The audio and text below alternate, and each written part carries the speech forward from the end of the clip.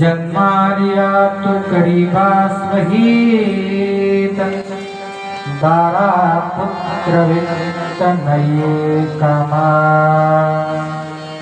निष्काम होनी शिवनाम उच्चारे धरो नियंतरी प्रेमाचा गीत पार्वतीचा पती न सोडी संगती प्रेमळा भुवनिया वेळा भुवता भुवता भुवनिया वेळा भुवता भुवता कधी न सांगता काजुक्याचे मनमत मने देव प्रेमाचा भुकेला मनमत मने देव प्रेमाचा भुकेला अनेक कोणाला नातुते निष्काम होनी शिवनाम उच्चारे निष्काम होनी शिवनाम उच्चारे धरो नियंतरी दृढ प्रेम शिवहार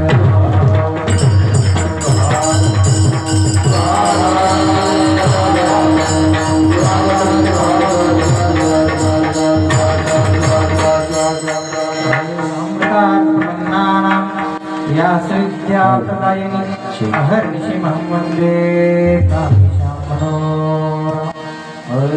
शुद्ध स्फटिक संकाशं शुद्ध विद्या प्रदायकं शुद्धं पूर्णचिदानन्दं सदा शिवमहं भजे स्फुरति उन्मेष देवो स्वयं वाचेची वाचा भूगोल प्रेमरसे अक्षर भूगोल वाचेने वदवी स्वामिया वक्ता येथे विश्वनाथ श्रोते शिवगण समस्त तयास्तव जोडून हात सावध व्हावे निरुपणी तप्तानां तापनाशाय अर्तानामर्तिनाशिनी अंधानां दृष्टिदात्री ज्ञानिनां सद्गुरुवेन अखण्डमण्डलाकारं व्याप्तं येन चराचरं तत्पदं दर्शितं येन तस्मै श्रीगुरवे नमः शरदिन्दुसमाकारे परब्रह्मस्वरूपिणि वासरापीठनिलये श्री सरस्वती नमोस्तुते शिवहर शिवा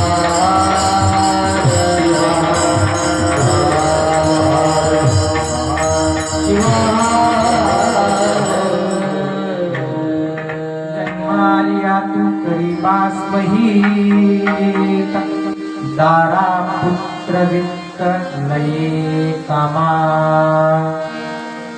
प्राप्त प्रसंगी पवित्र पुण्यवंत पावन संतांच्या पदपावन स्पर्शाने पुनीत झालेले आहे. कुशनूर ग्रामामध्ये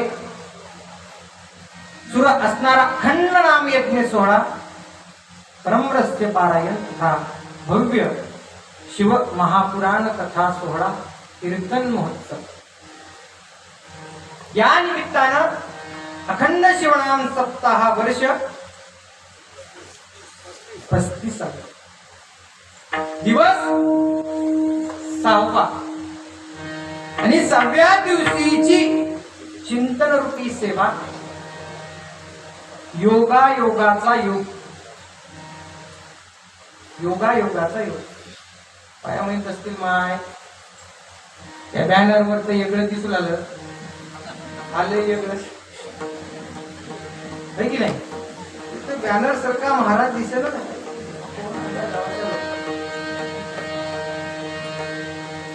आजची सेवा योगानं आलेली सेवा.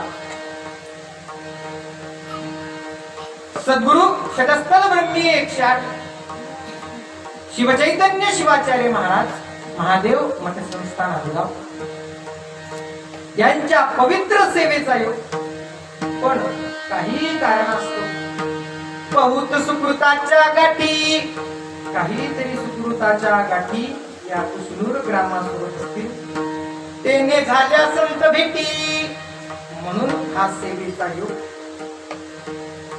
सदर सेवेकरता निवडलेला भंग जगतमान्य संत ज्ञानमूर्ती कपिलाधार निवासी संजीवन समाधिस्थ संत शिरोमणी शिवयोगी ज्ञानमूर्ती मन्मथ माऊली यांचा जवळपास भजन करणाऱ्या प्रत्येकाच्या पाठांतराचा असणार. जीवनामध्ये जन्मलेल्या जीवानं काय करावं, कशा पद्धतीनं करावं आणि ते केल्यानंतर त्यापासून काय प्राप्त याची सोडवण करणारा अभंगाच्या माध्यमातून मन्मथ माऊली म्हणतात, बाबा जन्म घेतलेला जीव त्या जीवानं जन्मल्यानंतर ते मृत्यूपर्यंत, ज्याला आपण आयुष्य असं म्हणतो, या आयुष्यामध्ये मिळवलेल्या देहाची सोडवण करून घेता आहे. जर जन्मलेल्या जीवाना मरेपर्यंत मिळवलेल्या देहाच्या सोडवणीचा मार्ग निवडला नाही, सोडवणीचा मार्ग शोधला नाही, तर जन्मून उपयोग. माऊली म्हणतात, बाबा या ठिकाणी प्रत्येक जीव जन्मलाय, जन्मलेल्यानं काय करावं या अभंगाच्या माध्यमातून सांगितलं.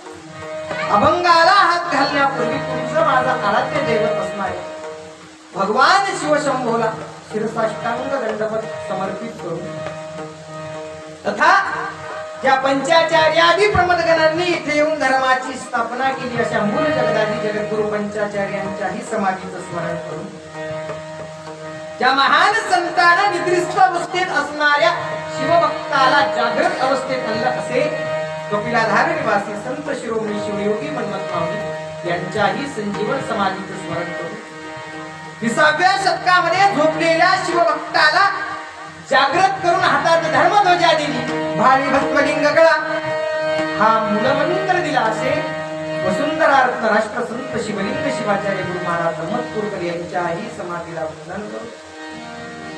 माझे गुरु पदवाक्य प्रमाण पारावार पारदृष्टी सद्गुरु वेदांताचार्य शिवाचार्य रत्न सिद्धलिंग शिवाचार्य गुरु महाराज श्रीमद जगद्गुरु प्रसिद्ध धर्मपीठ साखर खेडा यांच्याही दिव्य चरण कमलाचं स्मरण करून, त्या महान संताची संगती तुम्हाला या संत पर्व काळावर लाभली असे तुमच्या या पर्वणीमध्ये असणारे सद्गुरु निलंगेकर महाराज, सद्गुरु दिगंबर शिवाचार्य महाराज, सद्गुरु विश्वचैतन्य शिवाचार्य महाराज, सद्गुरु शिवचैतन्य शिवाचार्य महाराज, तथा आज कीर्तन रूपी सेवा रंगवण्याकरता उपस्थित असणारे आमचे मृदंगाचार्य शिवभक्तीपरायण ज्ञानेश्वर महाराज विभूते नायगावकर, हार्मोनियमची साथ देणारी काय बाबा नाव दापशेडकर,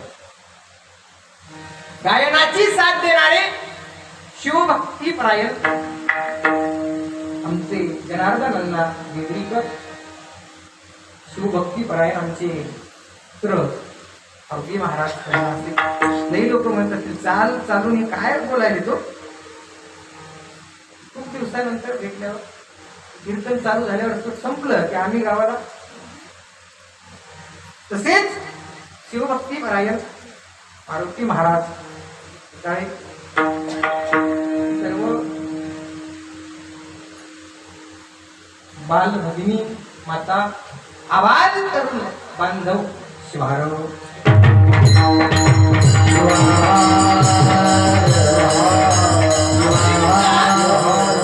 देहानं जन्म घेतला, जीवानं साधन निवडलं, पण निवडलेल्या साधनाच्या माध्यमातून साध्य निवडता आलं.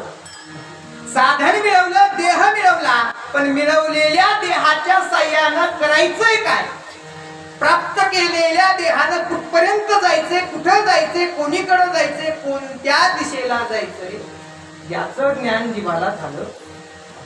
आणि हे जीवन ते ज्ञान मिळवण्याकरता माऊली म्हणतात बाबा या जगामध्ये प्रत्येक जीव जन्माला आला, किडा जन्माला आला, मुंगी जन्माला आली, हत्ती जन्माला आला, प्रत्येक जण वेगवेगळ्या योनीतून जन्माला. पण विशेष तत्वानं उपदेश करत असताना एकाच योनीच्या प्राण्याला उपदेश केला आणि तो प्राणी म्हणजे मानव. का उपदेश केला? कारण मानवाला सांगितले बाबा प्राप्त केलेलं साधन, या साधनासाठी तुला अनेक प्रयत्न करावे लागेल. माऊली म्हणतात काय करावं लागेल? हे साधन मिळवण्याकरता आम्हाला मैल दर मैल प्रवास करावा लागला. कसं? कुसनूर गाठण्याकरता आम्हाला आमच्या गावाहून यावं लागलं. एक गाव लागलं, दुसरं गाव लागलं, तिसरं गाव लागलं आणि गावाचे टप्पे पार करत करत करत करत आम्ही कुसनूर पर्यंत पोहोचलो. तसं या देहाला शोधत शोधत जीव एक एक एक एक टप्पा पुढं पुढं पुढं पुढं चाललाय आणि असे 84 लाख टप्पे आणि 84 लाख टप्पे पुढे गेल्यानंतर पाप पुण्य होता समस्थिती. जेव्हा पापाची आणि पुण्याची स्थिती समान झाली तेव्हा भगवंतानं तुम्हाला साध्य करण्याकरता साधन उपलब्ध करून दिले. माऊली म्हणतात साधन म्हणजे काय? साधन म्हणजे हा देह आहे. पण या देहाच्या साह्यानं काय साध्य करायचंय? साधनाच्या साह्यानं साध्य मिळवायचे. साध्य म्हणजे भगवंत. या जीवाला याची ओळख करून द्यायची बाबा तू दुसरा तिसरा कोणी नसून भगवान शिवाचा अंश आहेस. तदांशो शिवात्मक हा जीव म्हणजे त्या शिवाचा अंश आहे. ही ओळख त्याला करून द्यायची आणि त्याकरता देहाला उपदेश आहे. शिवारो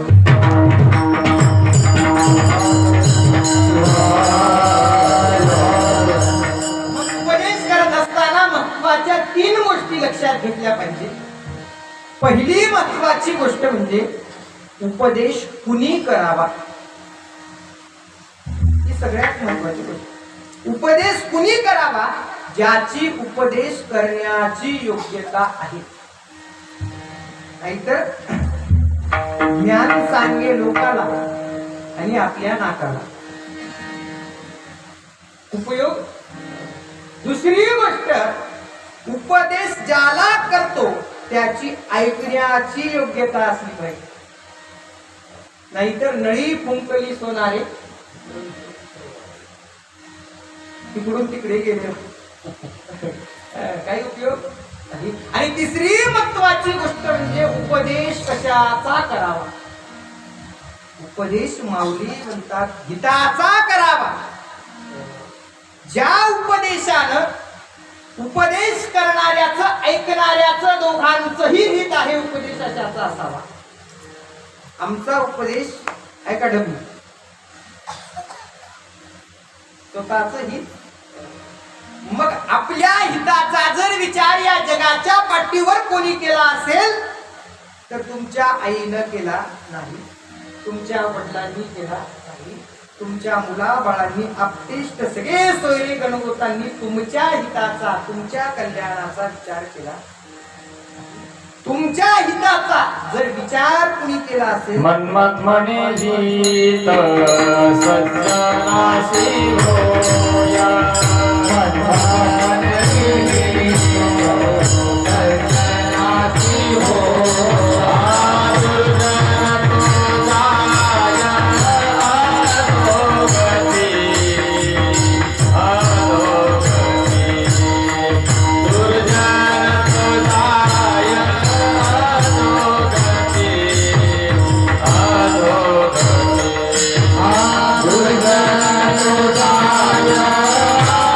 अधोगती.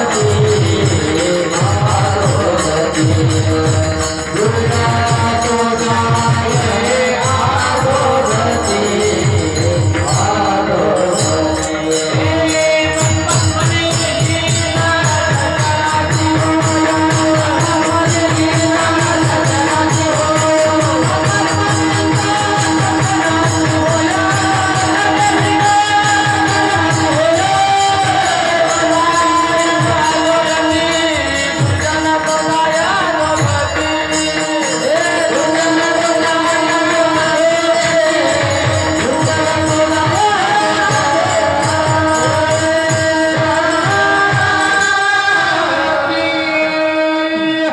संत शिरोमणी शिवयोगी मन्मथ माऊली सांगतात बाबा, या जीवनात तुमचं कल्याण व्हावं, तुमचं हित व्हावं हा विचार तुमची आई वडील आपतेष्ट नाते गोते सगळे सोयरे कुणीही केला नाही.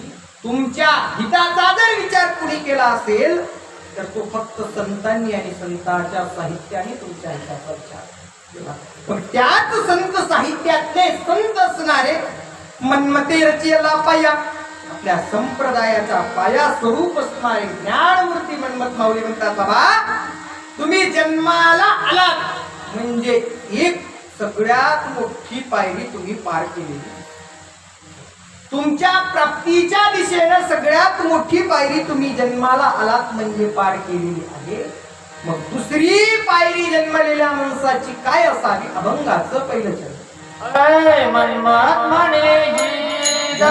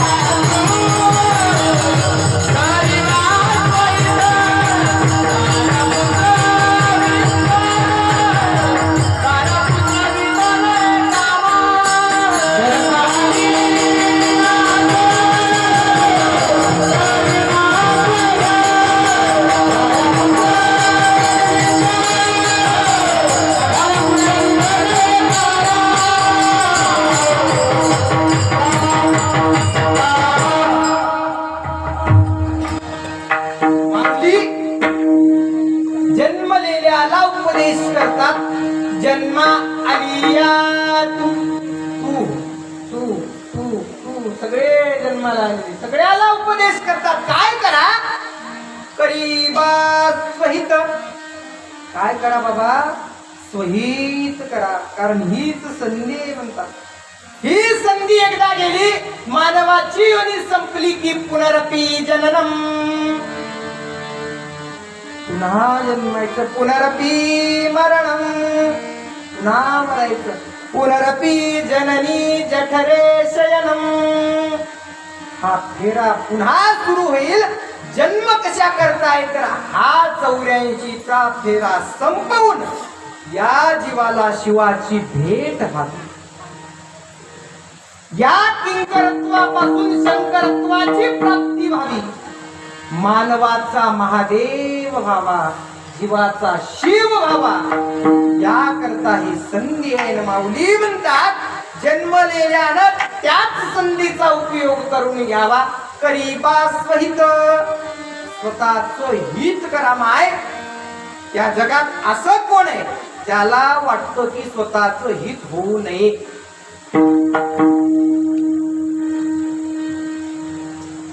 पाय घेतलेले सारखे, खाली बसलेले सारखे, म्हणणारे सारखे, सांगणाराही सारखा, सगळे सारखे. प्रत्येकाला वाटतं माझं हित व्हावं. मग माऊली हित व्हावं असं वाटणाऱ्याला सांगतात करीबा स्वहित. का सांगतात? कारण तुमचं आमचं हित, तुम्ही आम्ही ज्याला हित म्हणतो आणि संत ज्या गोष्टीला हित म्हणतात त्यामध्ये खूप मोठा.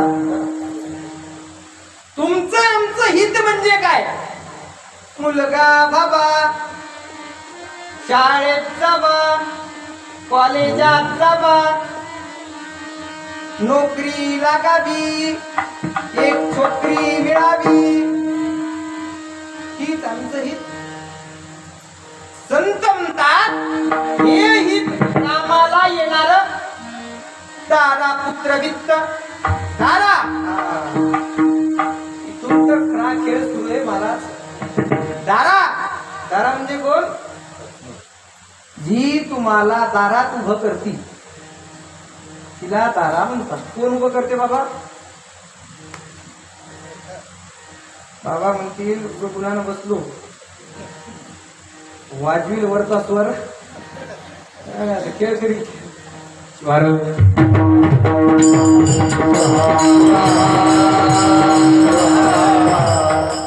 दारा म्हणजे जी कायम आपल्याला दारात उभं करते ती.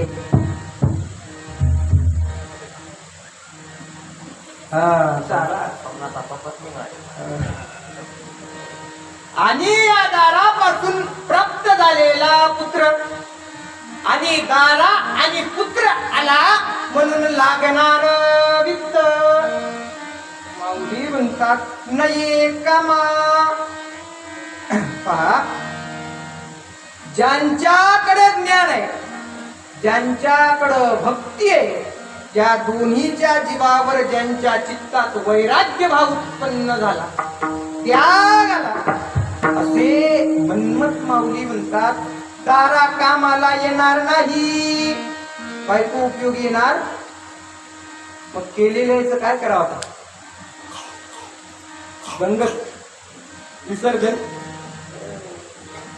माऊली म्हणतात केलेली दारा केलेला पुत्र यांच्या करता कमवलेला पैसा हेही तुम्हाला सार्थकतेकडं स्वहिताकडं नेऊ शकतं. पण कधी जेव्हा संगतीत असणारा हे गट दारा पुत्र वित्त अर्थ धन द्रव्य संपदा यांच्या सोबत भगवंताच्या नावाची जोड. मन्मथ माऊली म्हणतात सुखे हा संसार संगती. हा संसार जो दुःखकारक आहे, हा संसार जो दुःखाची जननी आहे, या दुःखरूपी संसारात जर सुख मिळवायचं असेल तर त्याकरता एकच गोष्ट आहे, वेळोवेळा गीती गाई नाम. भगवंताच्या नावाची जोड असली पाहिजे. त्यानं संसार करावा. संसार धंदा सर्व करा संसार धंदा सर्व करा संसार धंदा सर्व करा संसार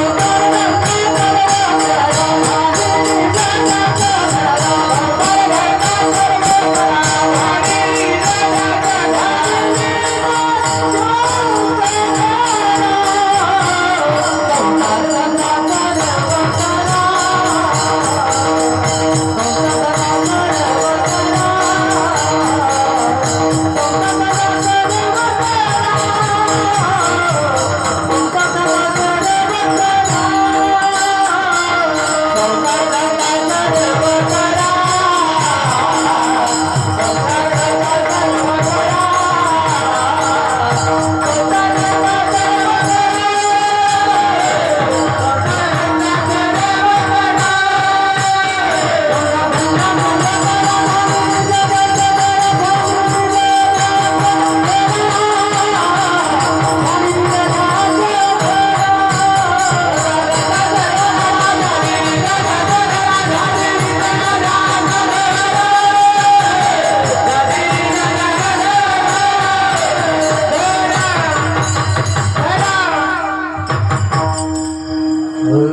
हे प्रमाण प्रत्येकाच्या हिताचं कल्याणाचं प्रमाण आहे.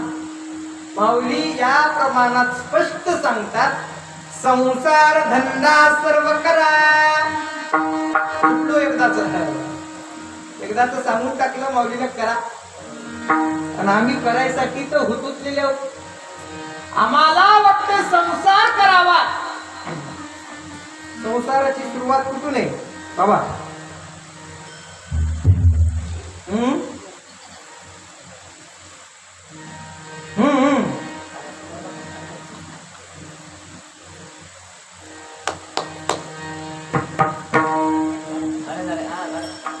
कुठली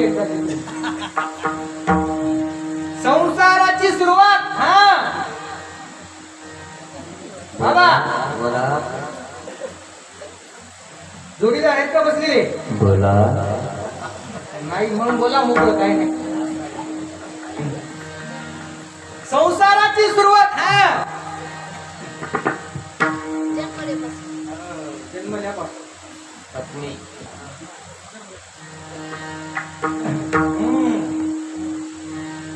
आता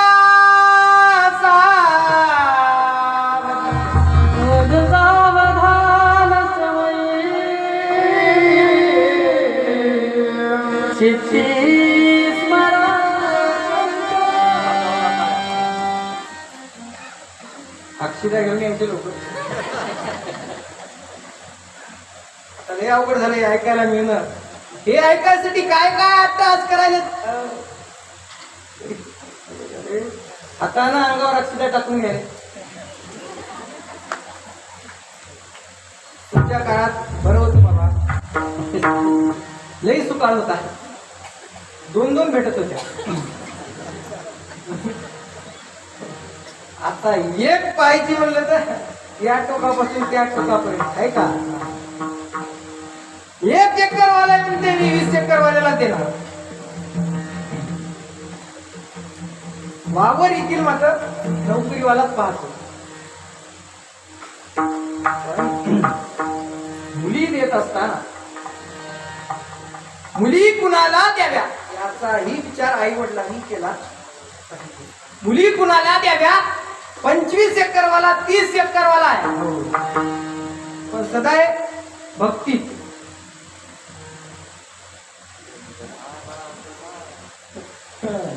सदा भक्तीत असणाऱ्याला मुली. मग मुली कोणाला द्याव्या? वाजविणाऱ्याला द्याव्या.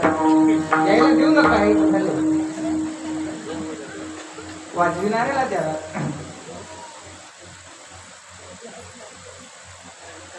म्हणणाऱ्याला द्यावा. द्याव्या.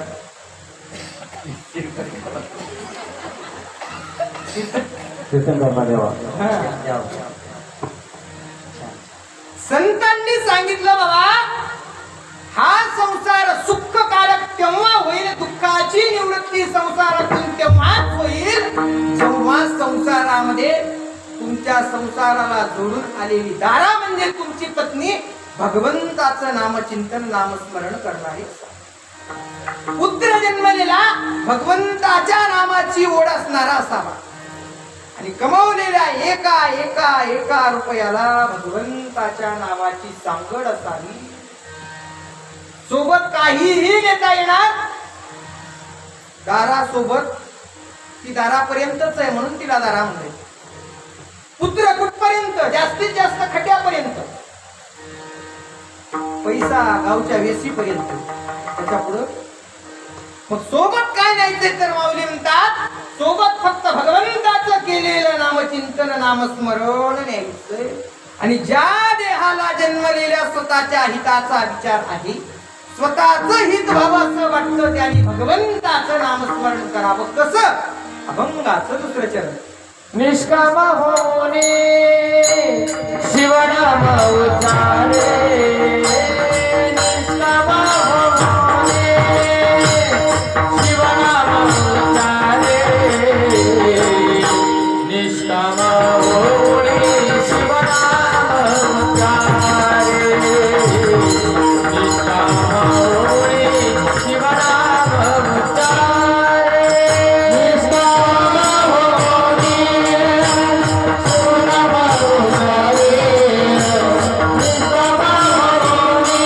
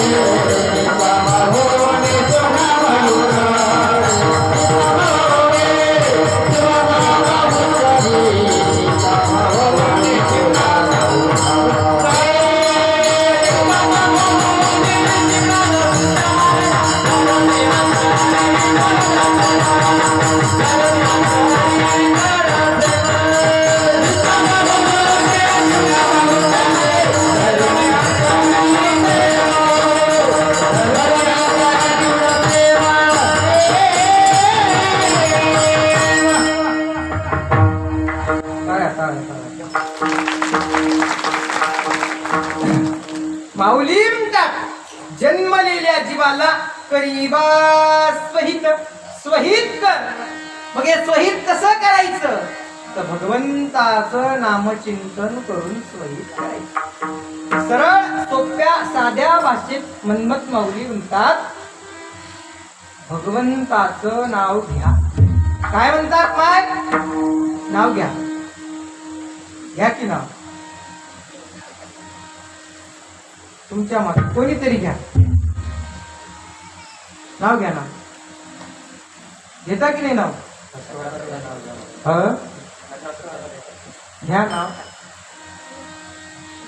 नाव घ्या. नाव घेता की नाही नाव.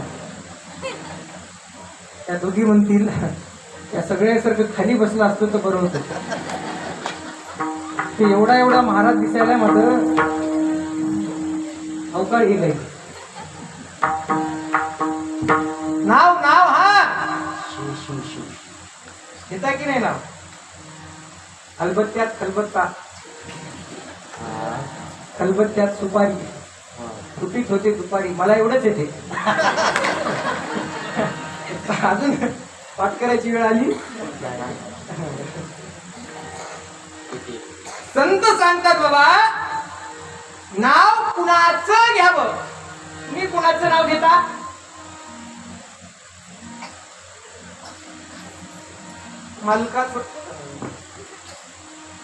मालकाचं आणि तुमचं नातं कुठपर्यंत आहे. कुठपर्यंत तुमचं आणि मालकाचं नातं. एक साबणीच्या पाण्याचा तांब्यात टाकू शकतो.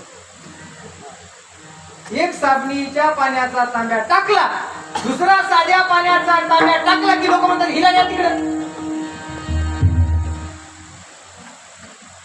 कुठपर्यंत आहे नातं. मग माऊली सांगतात बाबा नामचिंतन करा. नामचिंतन नामस्मरण अशाच असावं जे तत्व कधीही सुरुवात झालेलं नाही आणि कधीही शेवट झालेलं. बघ ना सुरुवात न शेवट अनादि अनंत जर काही असेल तर तो माझा भगवान शिव आहे. ज्याची कुठं सुरुवात नाही ज्याचा कुठं कोणी शेवट सांगू शकत. मग अशा अनादि अनंताचं नाव घ्यावं. भगवान शंकराचं परशिव परब्रह्माचं नाव घ्यावं. घेता की नाही देवाचं नाव. घरच्या नाही मंदिरातल्या देवाचं नाव सगळेच घेतात आणि देवाचं नाव घेणारेच मांडवात येऊन बसतात. दुसरं कोणाचं नाव घेणारे घरी उबडे तिबडे इकडे येतच. मग संत म्हणतात बाबा देवाचं नाव आम्ही घेतो. आजपासून घेतो का बाबा. सत्याला किती दिवस झाले. 35 वर्षापासून आम्ही देवाचं नाव घेतो. मग कमीत कमी 35 वेळा तरी देव आम्हाला भेटला पाहिजे. सोडा 33 कोटी पैकी 35 देव तरी आम्हाला भेटावे. भेटला का माय महादेव कधी आला का स्वप्नात. देव देव महादेव कधी स्वप्नात आला का. गणपती पार्वती नंदी मसोबा एखादी पोचा माय तरी आमच्या स्वप्नात नाही. कारण आमचं नामचिंतन आम्ही भगवंताचं जे नाव घेतो त्या नावाला सकाम वृत्ती दटलेली आहे. हे नामचिंतन पिंजऱ्यात अडकले. वरचा पिंजरा कामाचा आहे आणि त्या कामाच्या पिंजऱ्याची चाबी म्हणजे निष्काम भक्ती. जोपर्यंत निष्काम भक्ती नाही तोपर्यंत काम नावाच्या पिंजऱ्यातून बाहेर तुम्ही निघणार नाही. काम नावाच्या पिंजऱ्यातून जर बाहेर निघायचं असेल तर माऊली म्हणतात काय करावं. भगवंताचं नामस्मरण करावं. कसं काम कैसे याने सरे मन मन मने नाम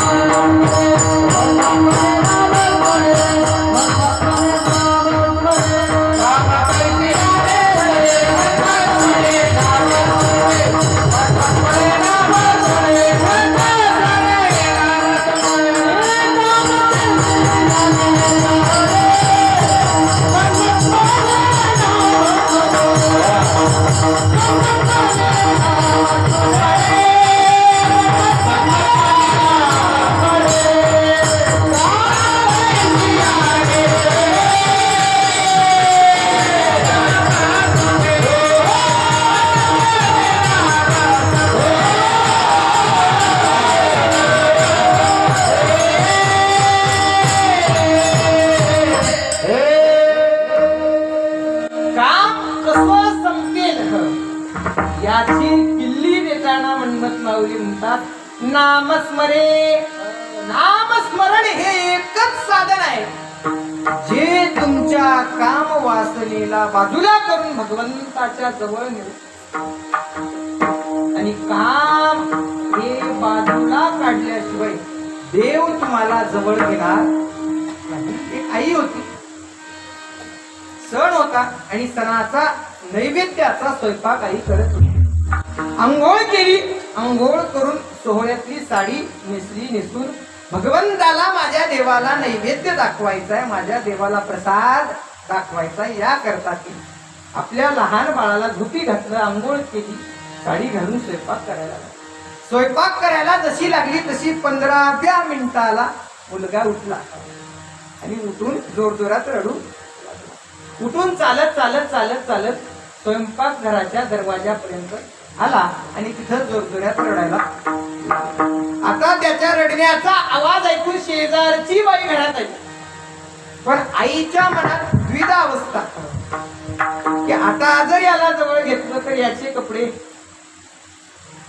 भगवंताला नैवेद्य अर्पण करायचं आहे, याला जर जवळ घेतलं तर पाप आहे, याला रडू दिलं तरी पण पापच आहे. काय करावं एवढ्यात शेजारी नाही. काय झालं काय नाही, नैवेद्याचा स्वयंपाक बनवते, सोहळ्यात आहे, याला कसं घेऊ, याचे मळके कपडे आहेत, तसंच आहे, याला कसं घेणार. ती म्हणली ठीक आहे, काम करते. त्या शेजारीनं त्याच्या अंगावरचे सगळे कपडे लेकराच्या काढले.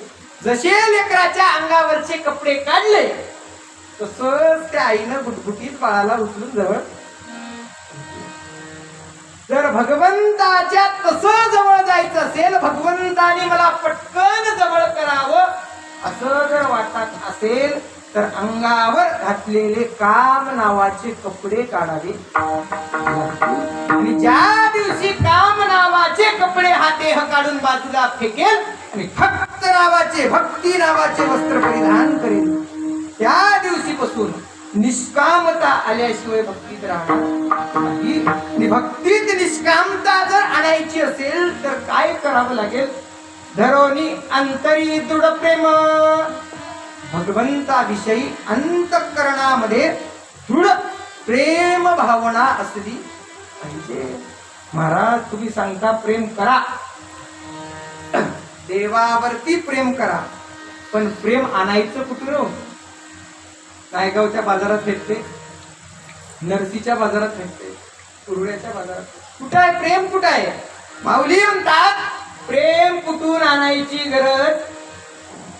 प्रेमाच्या दुकानाचा दुकानदार कोण आहे. अभंगाचं तिसरं चरण. प्रेमाचा अंकित पार्वतीचा पती, प्रेमाचा अंकित पार्वतीचा पती, प्रेमाचा अंकित पार्वतीचा पती, प्रेमाचा अंकित पार्वतीचा पती, प्रेमाचा अंकित पार्वतीचा पती,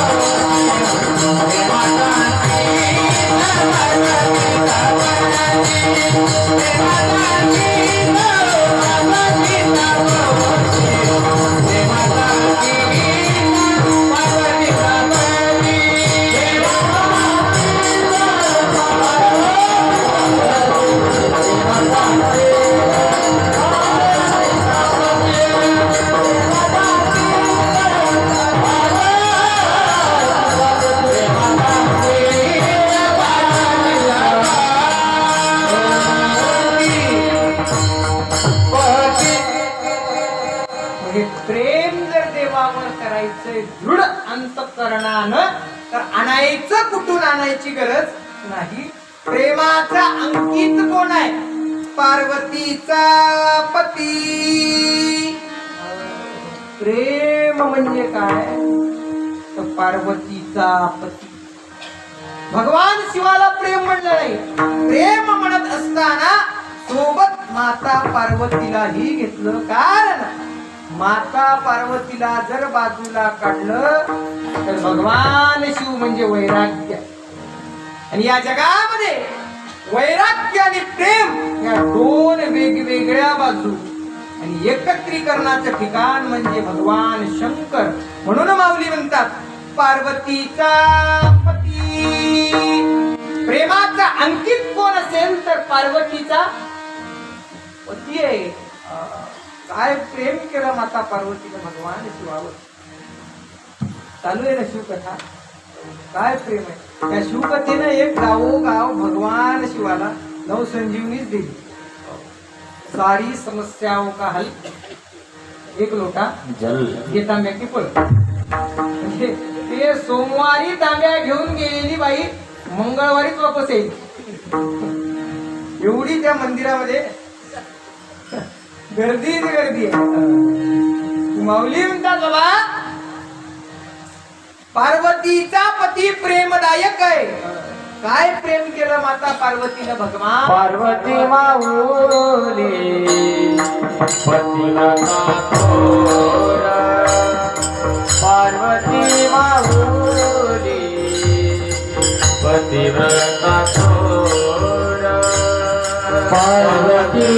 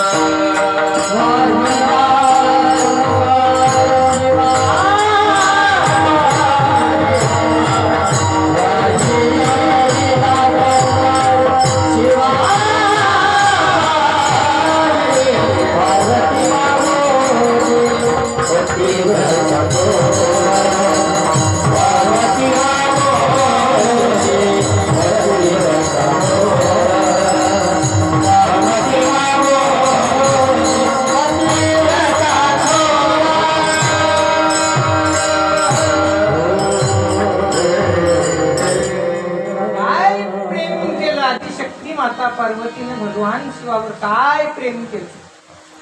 पती करेल तर कोण? भगवान परशिव परब्रह्मा. फोटो पाहिली नव्हती तेव्हा काय फोटो पाठवायची प्रथा नव्हती. आता सुरू झाले. पार्वती फोटो पाहिली. याच्यातला दुसरा दाखवा, याच्यातला तिसरा दाखवा. याची उंची कमी आहे, याचा रंग. पार्वती मातेनं असं पाहिलं कारण पार्वती मातेला भगवान शिवाच्या चरणावर संसार थाटायचा होता. कल्याणाकरता. कोणाचं कल्याण? तुमचं आमचं कल्याण. तारकासुराचा वध. त्याचा जर वध झाला नसता तर आम्ही राहिलो. याच्या वधासाठी संसार थाटायचा होता. तर पार्वती माता काही सोप्याची होती का? हिमालयासारख्या गरुड राजाची राजकन्या, जिच्यामध्ये आंघोळ केलं की आमची सगळी पाप नाहीशी होतात, अशा गंगेची बहीण पार्वती माता काय तुमच्या आमच्यासारखी होती का? तरी म्हणली भगवान शिवाशी फोटो पाहिला, सगुण स्वरूप दृष्टीने पाहे ना, सगुण स्वरूप कळालं होतं. काय आहे स्वरूप? सोपं आहे स्वरूप. काय होतं? अंगाला भस्म लावलेला, गळ्यामध्ये नागराज, जटा जुटा, हातामध्ये त्रिशूळ, व्याघ्रांबर नंदीवर बसलेला देव. जर यथा कदाचित तुमच्या पुढं आलाच, येणार नाही, आलाच समजा एखाद्या कीर्तनात बसलेल्या पुढं महादेव आला की समजायचं सोयऱ्या दायऱ्याला फोन करायची वेळ आली. उद्या सकाळी 11 वाजता कार्यक्रम आहे. महादेव पुढे आला म्हणजे नुसतं महादेवाच्या स्वरूपाचा विचार केला तर रात्रभर झोप येणार. महादेवाला पाहिल्यावर भ्रांती हरवून जाय, चित्त समाधान होय. महादेवाच्या स्वरूपाचा विचार जर चित्ताच्या ठाई दृढ झाला तर भ्रांतीच हरवून जाती आणि चित्तामध्ये समाधानाचा वास होतो. बघा माऊली म्हणतात बाबा, त्या महादेवावर जसं पार्वतीनं प्रेम केलं तसं प्रेम करा. देवावर इतकं प्रेम करा की देव म्हणला पाहिजे हा माझा भक्त. आपण तर म्हणतो हा माझा देव आहे, गावातला प्रत्येक जण म्हणेल महादेव कोणाचा आहे? देव माझा, देव माझा, देव माझा, मी देवाचा, देव माझा, देव माझा, देव माझा, मी देवाचा, देव माझा, देव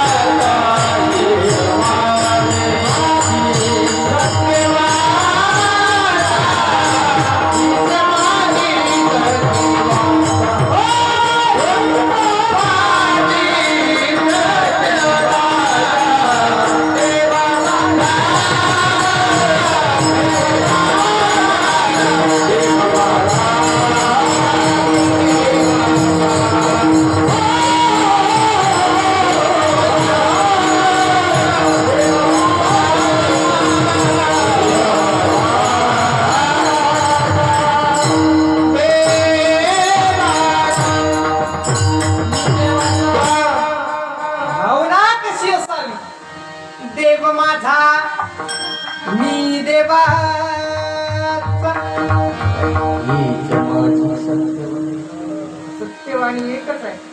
सगळं जगत ही मिथ्या, जग कुठे फक्त सत्य काय असेल तर जगदीश्वर सत्य आहे.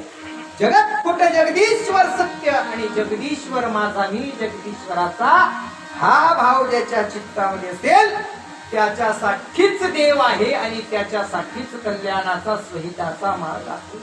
मग माऊली म्हणतात स्वहित करायचं असेल तर कलियुगामधल्यांनी साधन करावं आणि त्या साधनाचं नाव आहे भजन शंकर. ओ माये शंकर